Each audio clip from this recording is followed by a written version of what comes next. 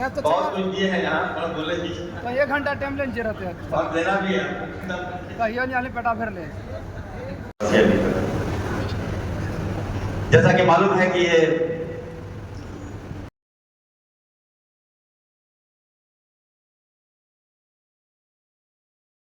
मधुपुर जामतड़ा क्षेत्र में ये बॉर्डर में मदरसा पड़ता है और इतना अच्छा इदारा रहमान साहब चला रहे हैं, बधाई देते हैं उनको, मुबारकबाद देते हैं। मंत्री हमीदुल भाई का उनका भी विशेष नजर रहता है इस मदरसे में। मदरसा तो बहुत है, जामतड़ा में भी है, नारायणपुर में भी है, मधुपुर में।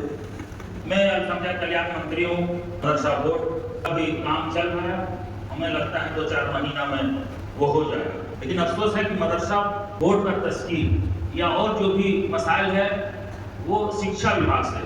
मेरे पास अल्पसंख्यक कल्याण में कब्रिस्तान घेराबंदी है, हॉस्टल निर्माण है,